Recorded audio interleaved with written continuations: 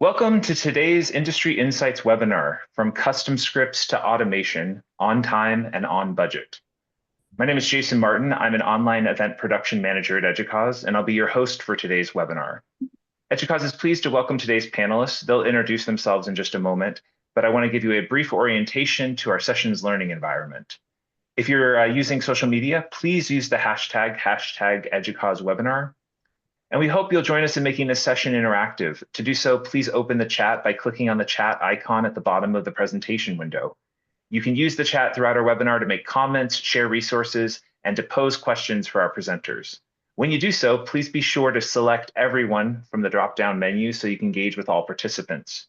We will have a formal Q&A, but we encourage you to put your questions into the chat throughout the webinar. If you have any technical issues, please direct a private message to me by selecting panelists or host and panelists in the chat dropdown. And as always, the session recording and slides will be archived later today on the Educause website. With that, thank you all for joining us, and I'll hand things over to you all. Thank you so much.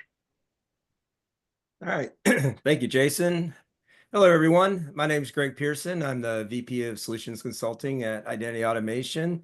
Super excited to be here today to walk through this. Got a great story for you here. Just a quick tidbit on me. About 25 years in technology, and most of that in identity and access management, and a lot of that in education specifically. And we'll go into some of the company stuff in just a minute. But I'll hand it over to Derek for an introduction of himself. Perfect. Thanks, Greg. And hello, everyone. Thank you all for joining us. I hope everyone's been doing well with all of the storms we've gotten over the last couple of days. I see quite a few people in Kentucky and North Carolina. So we all have been staying safe. My name is Derek Wilmoseth. I'm the implementation practice lead for Moran Technology Consulting. So I oversee the implementation of all of our identity and access management solutions that we work with. Excited that everyone's here joining us today. Thanks, Greg. With that, we can pass it probably over to Doug. Good morning, everybody. My name is Doug Cornell. I'm the Information Security Officer for Cal State Bakersfield. I've been in the IT industry for about 27 years now, 6 of that being in education at Cal State Bakersfield. Adara? Hi, everyone. My name is Adara Carrillo. I'm an Information Security Analyst here at Cal State Bakersfield. I've been in IT and I've been here for about 3.5 years now. Awesome. Great to have everyone here. Thanks for sharing your story. Doug, can you tell us a little bit about Cal State Bakersfield? Sure. Cal State Bakersfield is one of the California State University colleges. We are one of 23 in the state. We are on the smaller side. We're located in beautiful, sunny Bakersfield, California. It is not the California you think of when you think of California. We have cows and almond trees and not beaches or mountains, but still a really great place.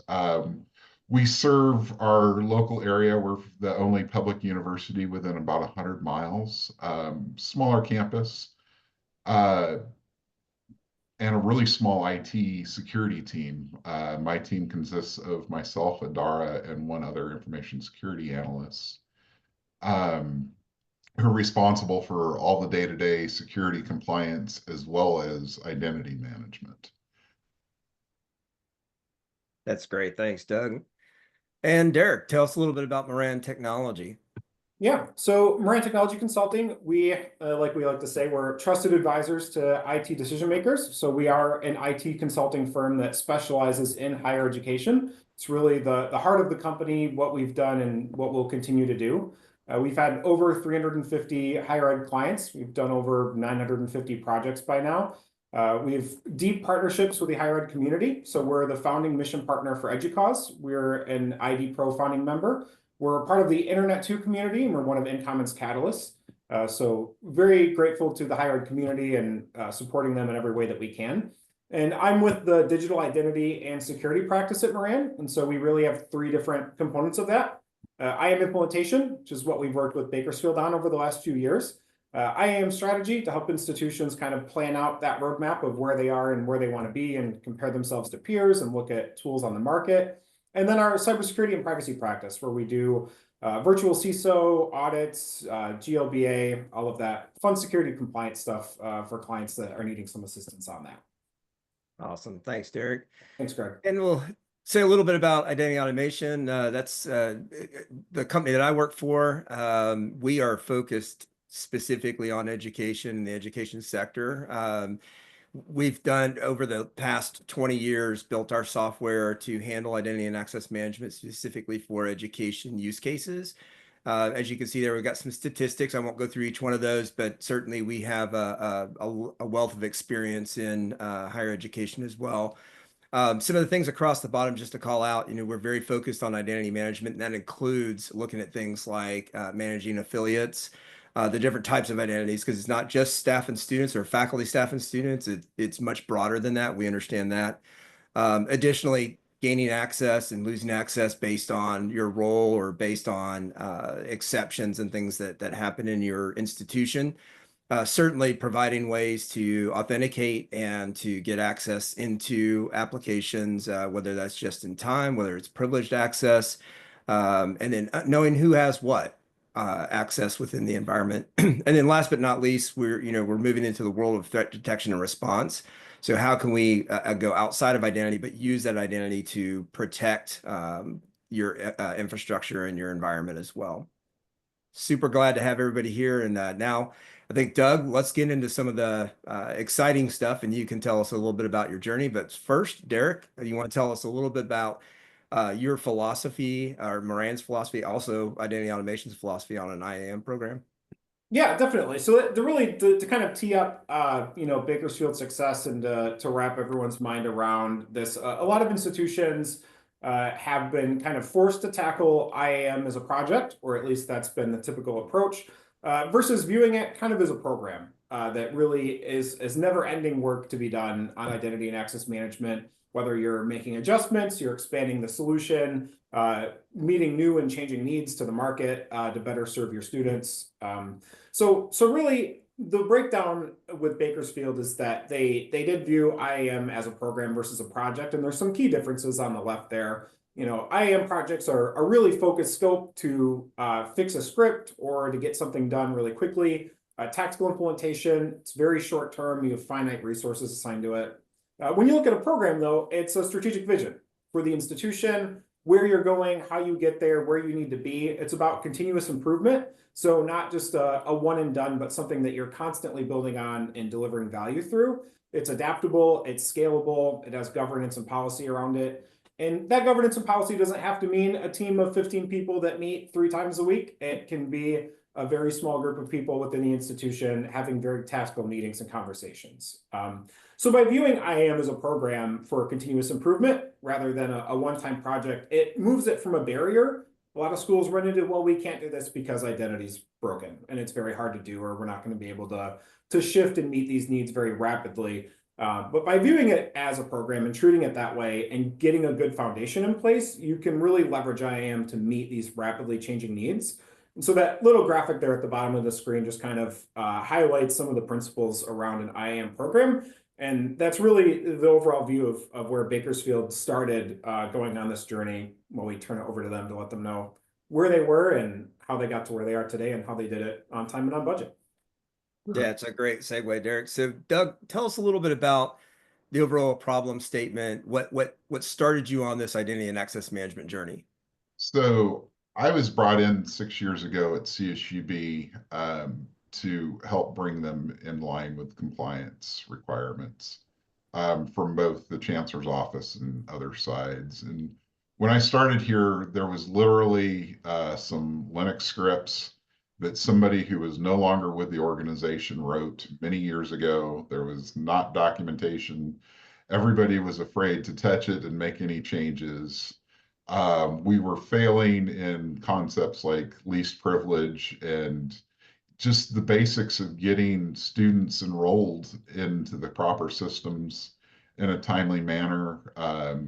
We had staff that had just accumulated credentials to different systems as they moved through the university year over year. So they had access to things that they shouldn't have access to anymore, and it was just not meeting our needs. And so I was brought in to CSUB. I came from the outside commercial world to help bring that project along. And so one of my first tasks was to go in and identify what we were doing, what our current state was, and then it was to work with the rest of the campus to find out what were we missing, where were we not meeting needs and not getting things provisioned in time, deprovisioned in time. And so before we even got into the technical part of an IAM system, even looking at specifics, it was just looking at the needs of the different units on campus. And from an outside perspective of non-education, it is two very different systems to manage the human resources, staff, faculty, employee side, and then the students and the faculty learning side. So it was really merging two different systems with two pretty different needs to bring them up into what our future state wanted to be. Awesome. I think, let's talk about that first. What was your prior state? And Adara, feel free to jump in here too if you've got things to add, and tell us a little bit about what it looked like at CSU Bakersfield before you went into the actual bulk of the project.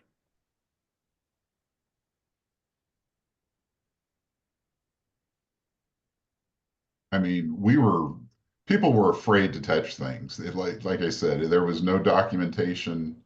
It was just really a black box. Some data went in and some groups and users came out. And so it wasn't a sustainable solution anymore.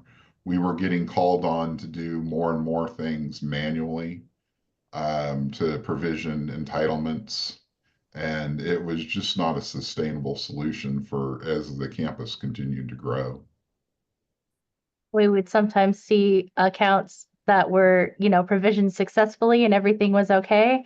And then randomly we'd see some that weren't, and we couldn't figure out why. And it was just part of this system where sometimes things work, sometimes they didn't. And we just weren't serving the campus well. Yeah. And from a security perspective, we had identities that weren't connected to the campus for years, still having access to systems, still being provisioned license counts that we were paying for, that this person had left the campus years ago, and we still were paying those license fees for that individual to have access to a tool because we just really didn't have any insight what was going on and why. So that definitely made it very clear that we needed to make some changes. Yeah, so not only a cost from a licensing perspective, but also risk from cybersecurity perspective of Absolutely, having yeah. orphaned or accounts out there that shouldn't have access. Awesome.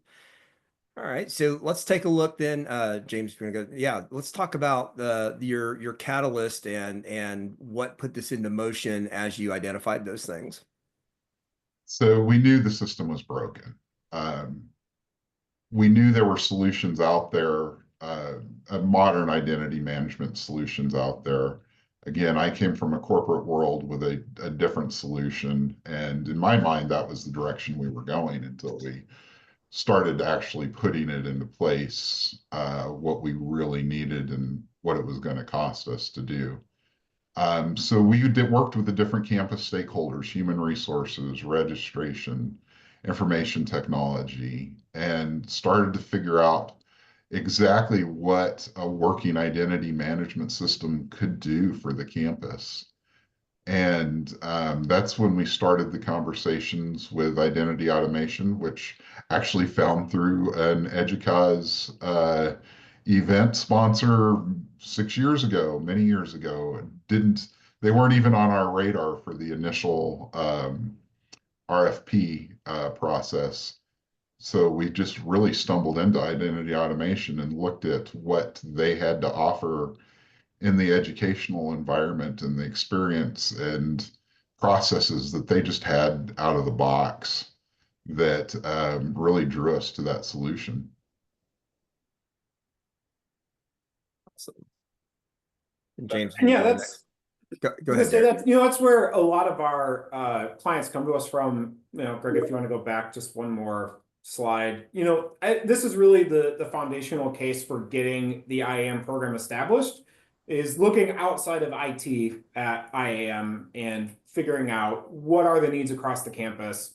How can I meet with people from HR and the registrar and everywhere else and see what our system can better do to support them? So that really was the start of Bakersfield's journey on establishing the IAM program, reaching out across the campus and finding the right partners. And so the next gen identity management document that they provided us with when they went to RFP was this long list of requirements that they had cobbled together by meeting with everybody and saying, like, all right, what do we need this next system to really do? Like, what does it need to do outside of get the right people the right access at the right time? What are the little things that we have to get right?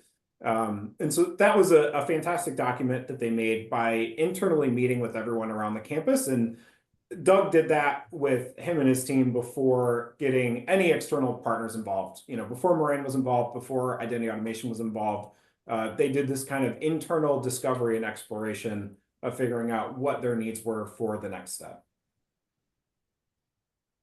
It's very rare. It's very rare that people have the thought to, or the time, to go out and do that. But I think it's one of their key factors here that we're getting into. Yeah, Yeah, go ahead, one of the biggest keys was having executive support through this, not just in information technology, but in the different offices around campus, human resources, registration. They knew we could do better. They knew we could find efficiencies by automating these systems and have much better results. So that was what we set out to do. Yeah, the collaboration aspect of it is huge. I mean, we're a centralized IT. If this was going to be a system just for us, we probably could have cobbled together another script service that kind of did the same thing, but better, more newer. But with that collaboration and, ensuring that we were fitting everybody's needs, within IT and other departments, it just really helped push this forward. And, having that executive awareness and them wanting it to succeed as well really helped push us forward. And Doug, I think, one of the things that we talked about prior to this is just, looking at as you went through your RFP process and you identified solutions, you had an idea of what you wanted to achieve with this. You wanted to find the right partner, and I think that's where you came to the conclusion with Identity Automation as a software, Moran Technology Consulting as an implementation partner, and the great things that you had put together as part of your organization. On top of that, licensing this correctly, because I think you said you came from commercial. A lot of times they license on every object or on all identities, whereas Identity Automation licenses on full-time equivalents. So it makes it. Yeah, we absolutely got the sticker shock by looking at some of the commercial suites out there. We have over 40,000 identities, all of our past students. The way the CSU system works is if you apply to lovely Cal Poly Pomona, you actually also apply to Cal State Bakersfield. We get your application and can accept you as well.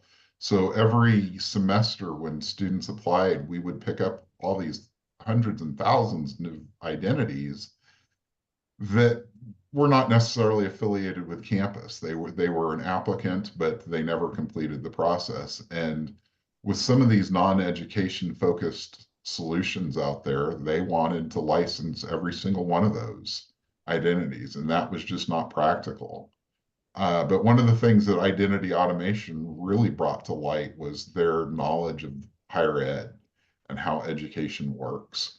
They already had things in place for students and graduating, and a lot of that was pre-built for us before we even jumped in. And they brought things to our attention that we hadn't even thought of. They had the different pronouns already built out in their systems. They had methods to handle that already. And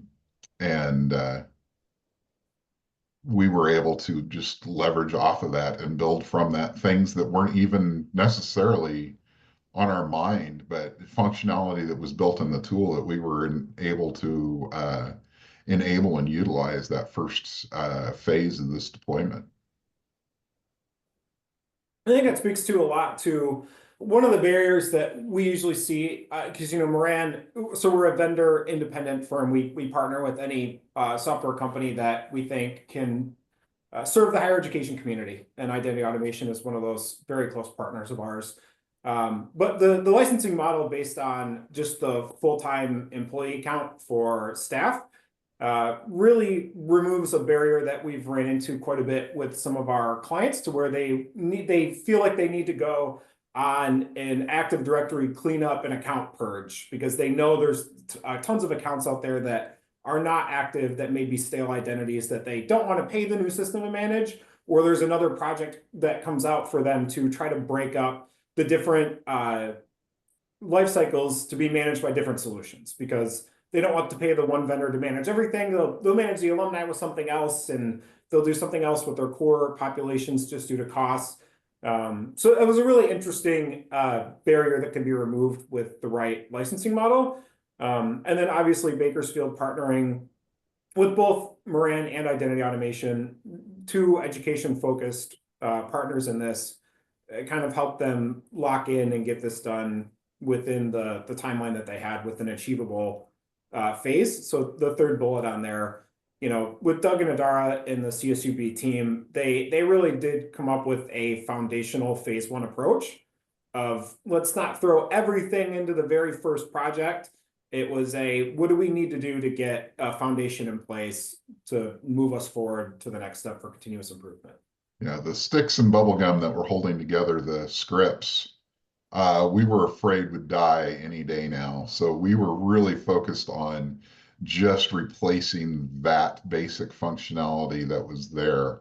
And even with that, we were adding stability to the system and a lot of flexibility. And that started giving us really good reporting on what we were doing and how groups were provisioned and who's in a group, and start digging into those then at that point and making those changes to reduce license cost and reduce security risk by managing those closer to real time.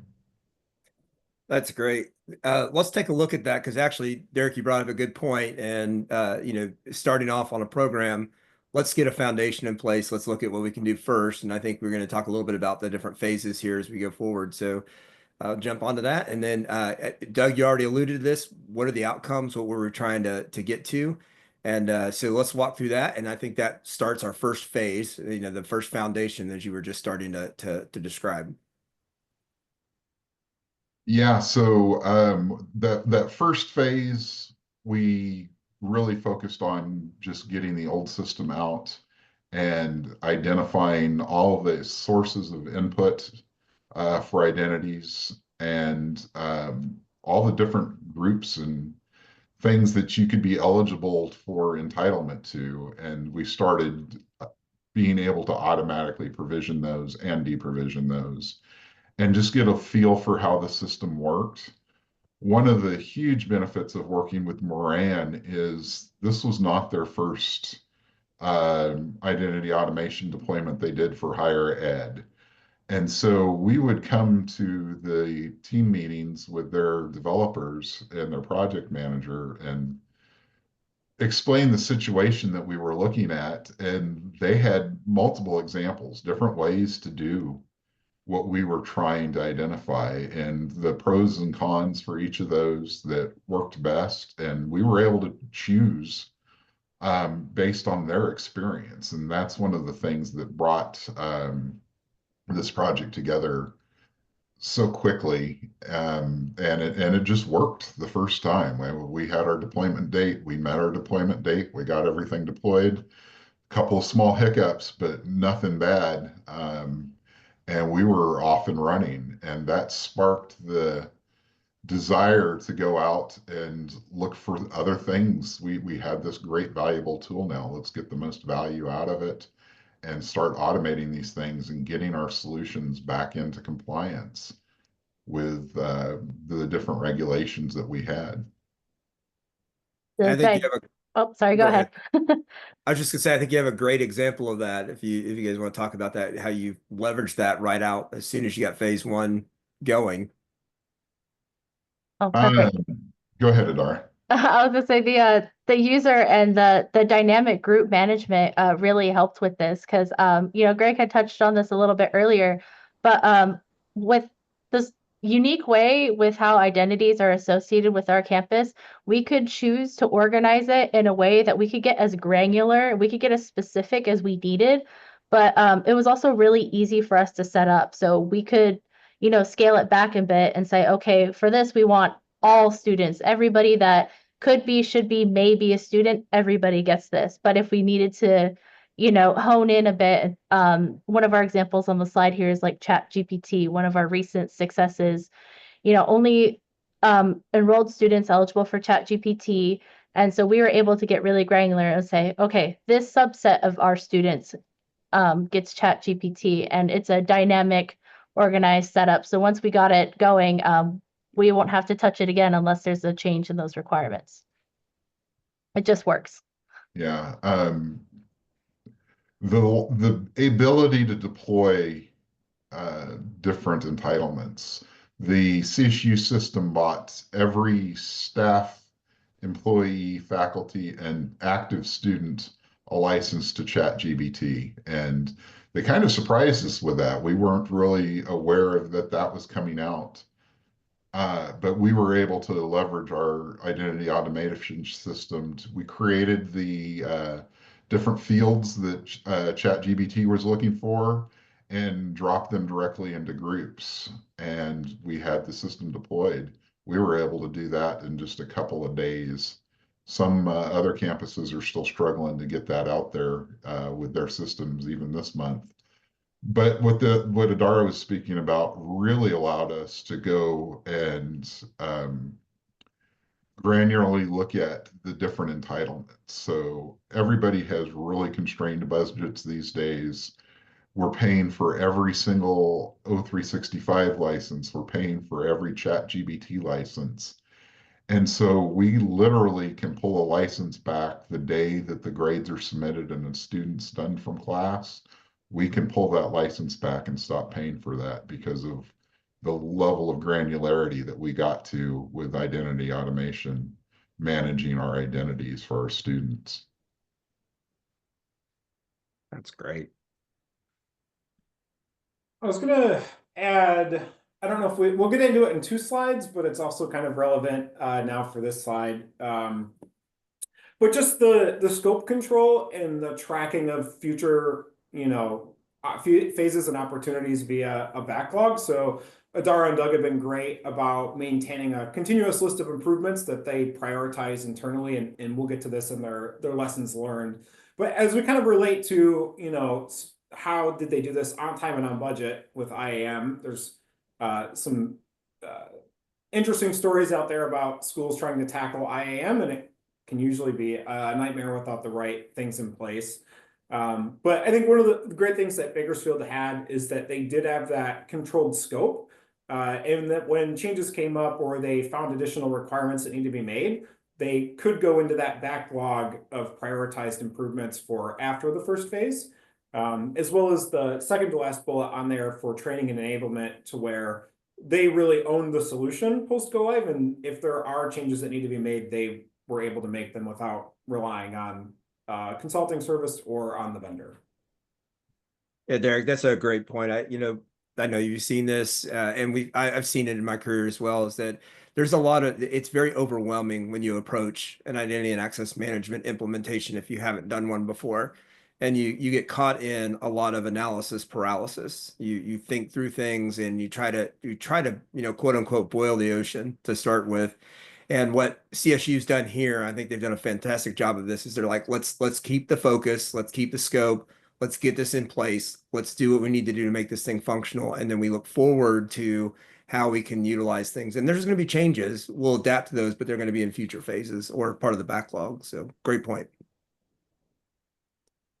And one last thing for that first phase is part of the project was documentation, and Moran really helped us build our documentation train our information security analysts, train our support center personnel on just how to do what they were trying to do, that basic management of an identity, granting an entitlement, running reports. And so we walked out on day one with everything documented, and everybody knew how to use the tool and to leverage that within the platform. That's great. So let's take a look at what the future holds. What are we doing moving forward? Tell us a little bit about that. Sorry, you want to work on that one? Yeah, so we're currently on phase 3 and we're already getting ready for phase 4. We're just really excited to keep working on the system. I mean, like we mentioned before, continuous improvement is big for us. So, we like to work on the big feature updates, but also the quality updates, the improvements. Some things that we're working on right now is Zoom provisioning. So automated provisioning with Zoom. We're also working on updating our acceptable use policy process so that we can meet like compliance standards and make sure annually everybody has to go in and accept it to continue. We're looking at revamping our sponsored and guest accounts systems. And, we just have a lot that we're really excited for. And we, I don't know, I just feel like we're really prepared. I mean, the system is set up in a way that we're really set up for success with this. Rapid Identity offers a lot of different integrations through to the different cloud services. And again, because they are higher ed focused, they have the things like Canvas in place and Zoom. We're working on at this point now, even for Zoom phones for our staff. So as soon as somebody is hired, they're provisioned a phone number and everything is set up for them to be successful on day one. We had a finding in an audit in the last year about not being in compliance with our human resources accepting the acceptable use policy. So we had an acceptable use policy. You maybe signed it once when you started as a new employee at CSUB, and that was kind of it. And there were different changes to the policy through the years. We stopped being so concerned about what you did with a floppy disk or a USB drive and sending data out to cloud services. And that document changed, but it was never socialized. It was never sent out. People weren't required to read it and re-sign it again. And so that ended up being a finding. And we looked at different ways to make that, to fix that problem. And we were able to come up working with Moran with a solution. So now whenever somebody new to the campus comes on campus, they're required to accept when they accept their account in Rapid Identity and they're provisioned for that first time. One of the very first steps into that is to read the acceptable use policy and click to agree. And they can't claim their account until they do that. And then that sets an anniversary date, and every year on that anniversary date, that's going to pop up for them again and require them to do that again to utilize our systems. And so we were able to solve that issue using the tools that we already had. There was no additional cost. There was nothing, another service that we needed. We looked at different policy management systems and different things, and that really ended up being the most elegant, cheapest solution for our campus. I think, great. When it goes to that and Doug and Adar's ability to build out the system and, coming back to the topic of the session, on time and on budget, is, one of the things, if your institution is looking at venturing out and selecting an IAM platform or finding an implementer or maybe trying it in-house and looking at different vendors, one of the big questions to ask or things to be mindful of is, what are you doing for me and my team in terms of training and enablement? Because if they get this big thing done and it goes live, but your team can't really operate it, they don't really know the ins and outs of it, then it goes back into, budget overruns and timeline overruns because you need the vendor to stay involved to continue building things out. or doing other items. And so that's one of Moran's approaches, which when you say out loud doesn't sound great from like a business perspective, but it's our end goal for our clients to not need us anymore. Like we want to come in, we want to deploy it and train you how to run it, and then we want to be gone. Unless there's, staffing shortages or some very tactical big build out that needs to be done. We're partnered with our clients, so we love to help them. But really that training and enablement that we've been able to kind of provide Doug and Adara, so that Adara or Doug can get into the system and build these changes out or understand how it works without needing to get a contract in place or hours.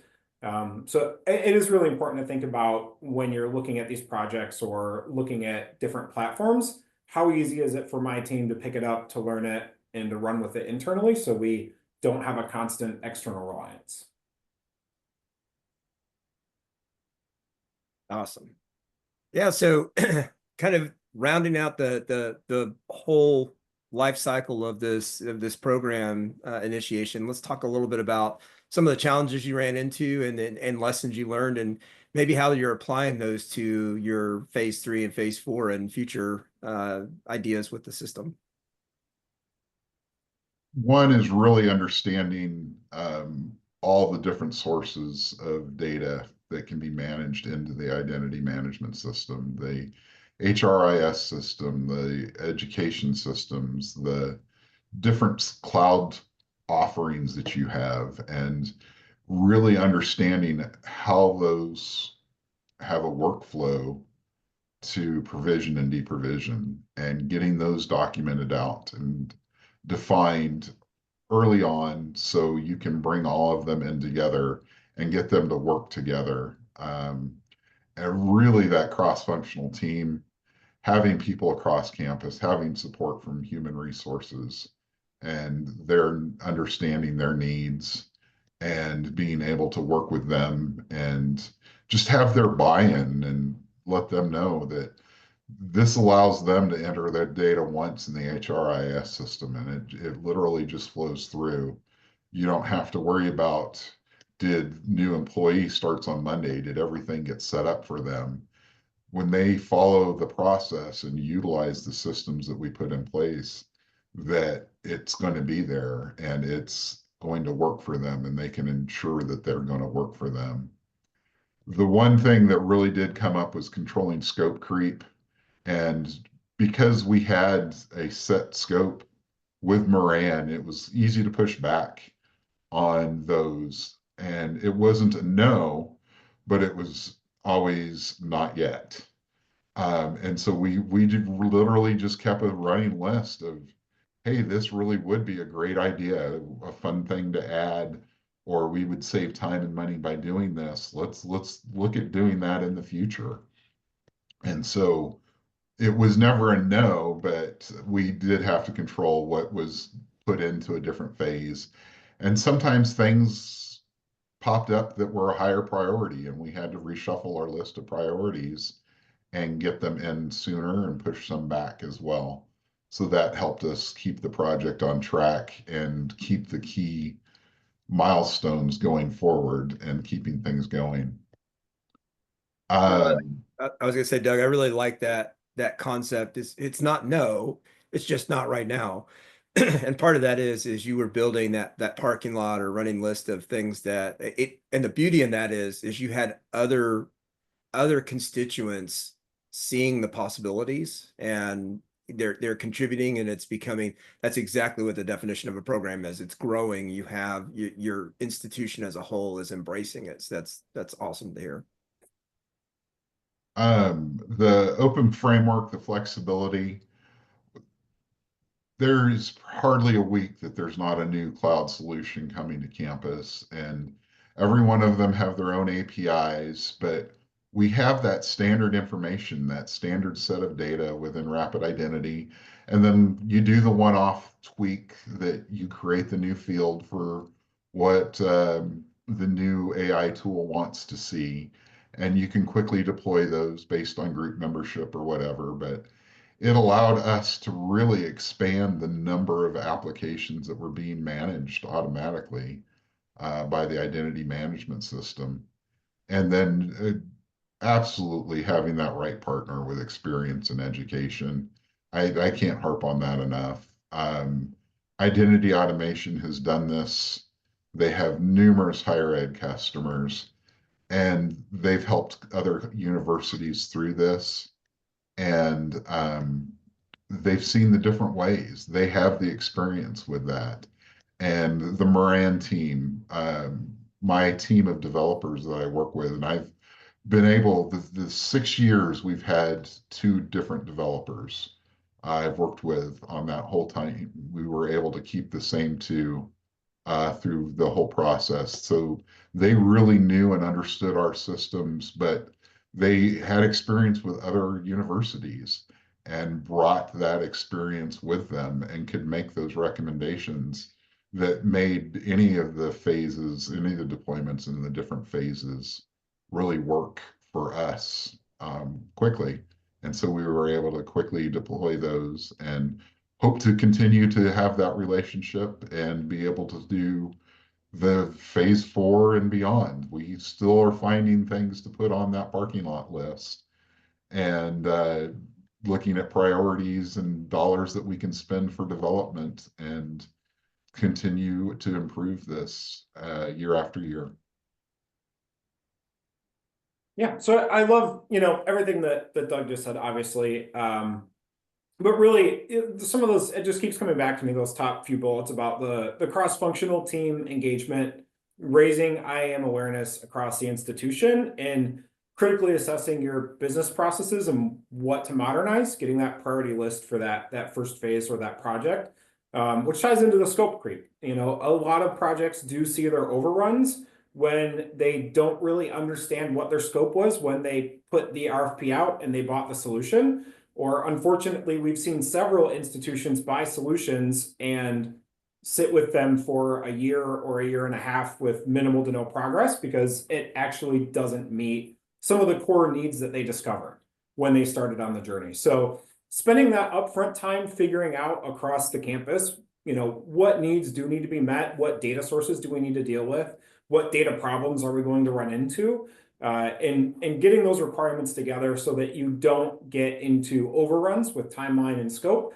when you do get that, implementation statement of work in place or the software in place and find out, that the licensing counts are wrong or that the number of systems we had scoped were wrong. By doing that upfront discovery, you can really reduce a lot of risk to both the timeline of the project and the budget of the project. Dara, I'm curious, what lessons did you walk away with here? I think one of the top things, we've talked a lot about documenting and collaborating, but one of the other great things about our solution is that it's user-friendly, not just for us as admins, but also for our end users.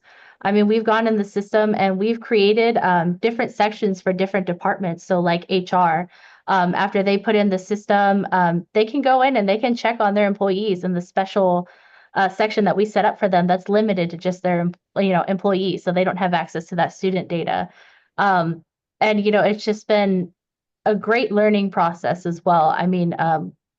Derek kind of touched on this too, but they're always available for questions, and they really set us up to be able to do those kinds of things on our own. Like, we didn't have to ask them for help setting up a different section for HR. We just went in and did it. And I think that's always been super valuable for us. Great. So I think kind of moving on to the next one, James, if you can go that. Yeah. So Derek, you want to give us kind of an overview and maybe have Doug and Adara just provide some thoughts on the on time and on budget? Yeah, so really to go back into the title of the session, from manual processes and scripts to and homegrown to an automated solution, and also doing it on time and on budget. Some of the key success factors that we see routinely on the projects that we do day in and day out at Moran, and that Bakersfield had all of them across the board, is really that executive support and awareness. So making sure the executives at the institution are aware of what IAM is, the importance of it, what investing in it can do for the institution. And investing in it doesn't have to mean a massive team and a massive budget. Investing in it just means putting the thought and the time into the system. Getting that cross-functional team buy-in is really important. Working with people outside of IT to understand the needs of the institution so that when IAM is done, it's done right. And finding the right partners and tools. So making sure that you're partnering with the right group, you're partnering with the right platform to really meet all of the needs of the institution. Every institution has different needs in terms of what they're looking for, both, budgets, technically, there's a lot of different needs and a lot of different platforms out there. So finding the right one for you is really important, and setting those realistic and achievable goals. So for that first phase of the project, what's realistic that can get done on time and on budget, instead of vague requirements that maybe spiral out of control and can cause a lot of overruns. And looking at IAM as a program instead of a project. So really looking at a program approach to IAM versus just a one and done project that, it builds up dust and problems again over time versus being transformational for the institution. And so I think, Doug and Adar, if there's anything else you guys have to add Just about. to add to the value that it brings, again, in such tight budget times like we're in, being able to identify and control the entitlements that we are licensing, and to be able to save money by getting rid of the excess ones, that really delivers dollars back to the education process that we can use elsewhere other than making different software companies a little richer. That was a huge part of it.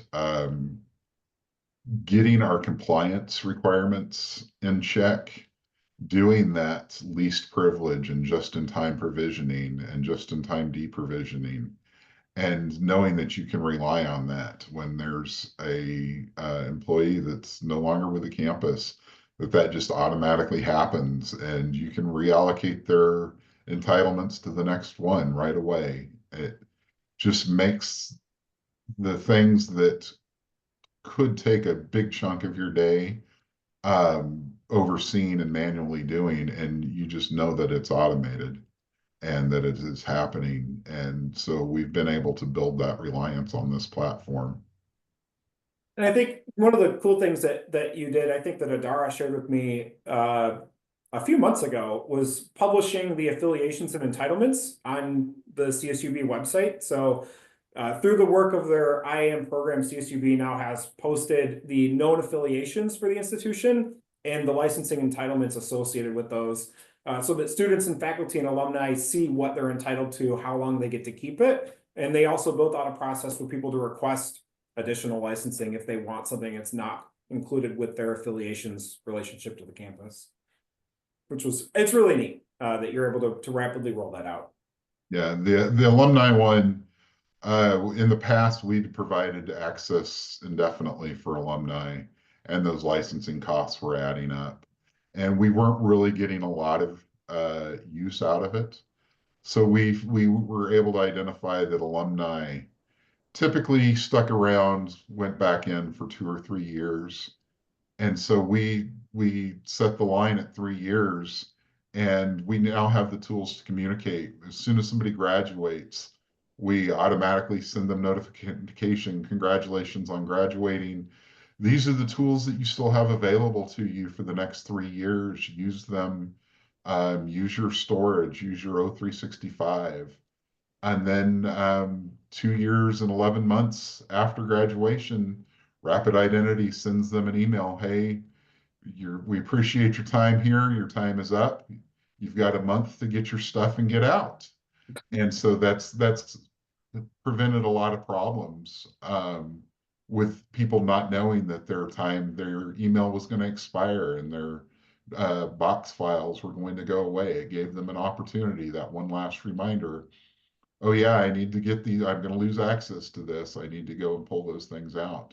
We were able to automate that. And so we were able to balance between providing services to alumni and controlling those costs and keeping the security and scope for having all of these semi-active, inactive accounts lying around. And the impact on our help desk too, because these accounts, they would just go away before, and people would be like, I can't log in, what's going on? So it really saved us a lot of time, just the efficiency that it added to our our processes here so that everybody's aware of what's going on and when, and nobody, it's not a surprise to anyone when it happens.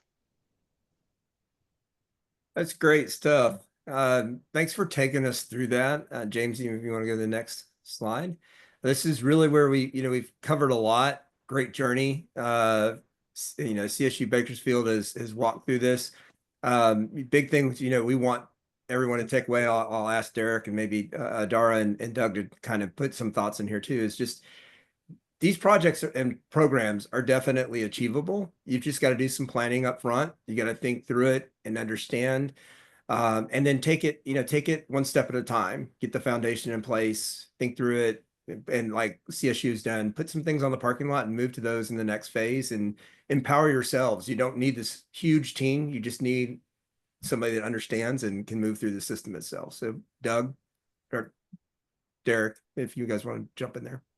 Yeah, no, that's great. And that's exactly it. IAM transformation doesn't need huge teams and huge budgets with project overruns. If there's some thought and some planning and executive support put into it, it's really achievable, and you can get a lot of transformation from getting that foundation in place. Hey everyone, this is James Hare at Identity Automation. I promised I'd stay out, but I can't. So I handle sales in higher ed, and I've been doing it for 2 decades, kind of like Greg. My question, I just wanted to see if you guys could comment, what was the timeline to get into production? Because I think on time and on budget is, one of the key concerns that stops people from taking that step backwards to start a program, right? Like we don't have time to go 2 years to get into production. So what was that timeline? And there were no change controls at all as well, right? I mean, so how many months was it before you guys got into production? Taxing my memory here, James. That was That's 6 a great years ago, question. practically. I'm sorry. I want to say it was about 6 months, right? Because I believe was it a was student at the 6-month time. range, yeah.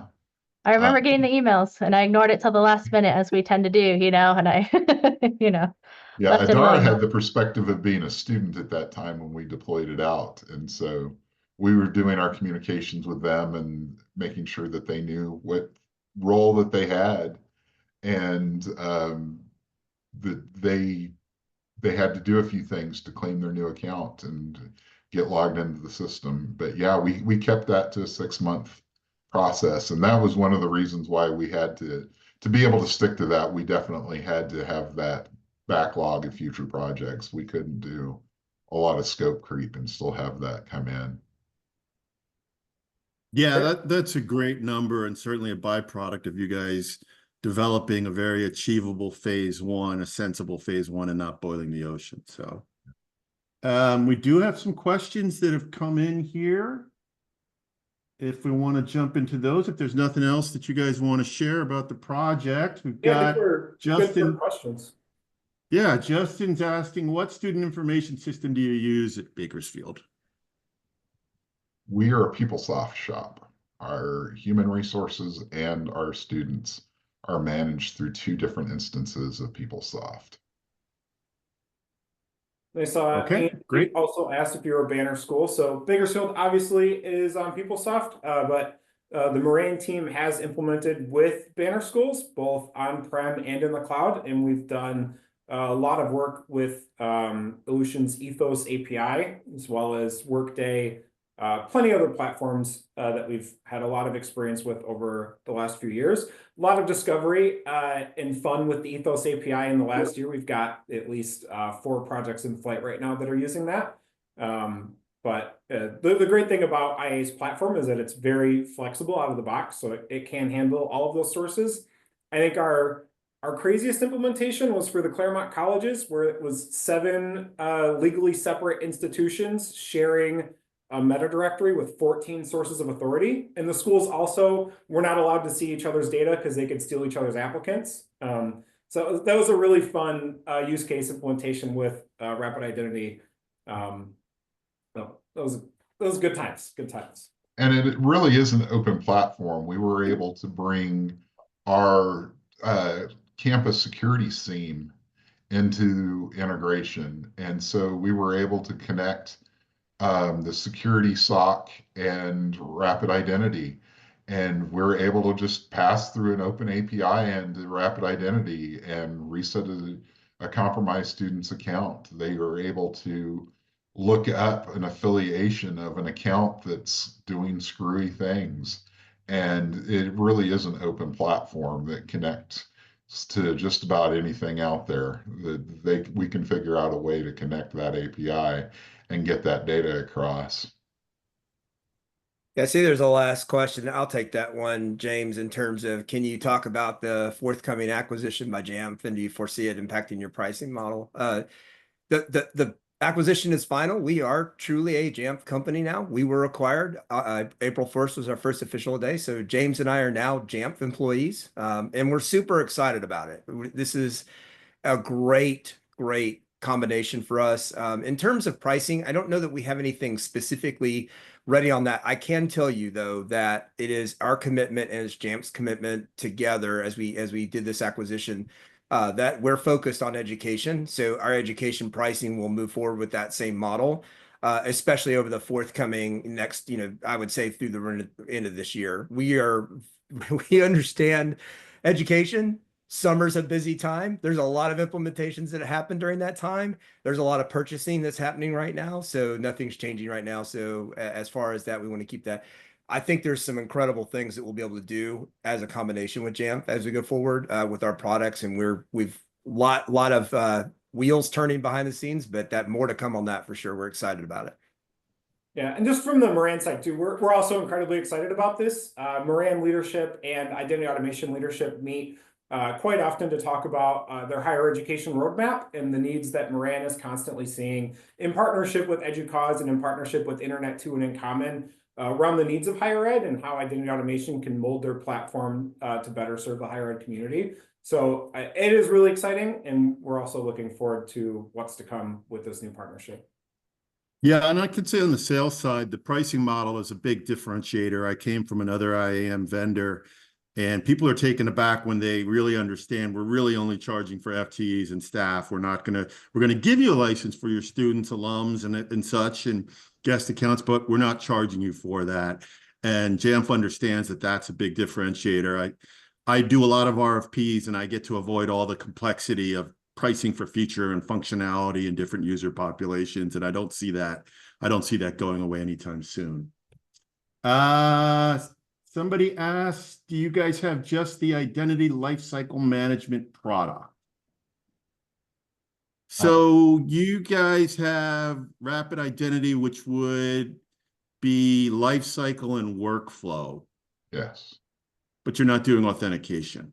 No, we're not doing authentication at this point. And that's one of the other great things about Rapid Identity is that it does have different modules. So they have the lifecycle management, they have workflow, there's sponsorship, which is included in lifecycle. There's also authentication, which you can or can't take. And we have a lot of schools that deploy Rapid Identity in the background to do all of the data lifting and matching and lifecycle enforcement. But they'll use something like Entra ID on the front end for single sign-on, MFA, and Rapid Identity easily integrates with that platform. And there's a lot of great synergy, especially with risky user detection and automatically disabling accounts in Rapid Identity based on data from Entra, in real-time account provisioning to Entra via Graph API for those schools that are doing, high school recruiting and they need that high school recruit to get an account while they're there. There's a lot of flexibility with the platforms. And again, it kind of comes back to schools finding the right partners in terms of platform and implementation to meet their needs. I know we're down to the final minute here. Anyone have any other, I guess you can go to the next slide on this one, just kind of as a wrap up outside of any other questions. So there's 2 QR codes in here that'll be available at the end of this. There's the left one here to download the presentation, which Jason said will be made available in the chat. So it'll be on the events archive page. But also with Moran, if you guys use that Scan Me, so myself or Scott Wyant, who's the VP of Digital Identity and Security at Moran, we love to talk IAM. So if anyone's struggling with IAM or has questions or just wants to talk about what's going on with the market, what do you guys see? What do you think we should do? Or just to hear some of your problems out, free to chat. We love to talk to higher ed. We love to talk IAM. More than happy to engage with people for free to see kind of where they're at and where they might need to go. Great, thanks. With that, Jason, I'll turn it back over to you to wrap things up. Fantastic. Thank you all so much. And thanks for the great dialogue and your wonderful questions as an audience. Just want to draw your attention to the survey link that we put in the chat. We'll provide this to our presenters as well, so please give them your feedback. And other than that, as mentioned, the resources and recordings will be on the website probably within the next hour. So looking forward to that. Thank you all for joining us. Have a great rest of your Thursday, and we'll see you at the next one. Thanks, Jason. Thanks, everyone. Thank you. Thanks, everyone. Thank you.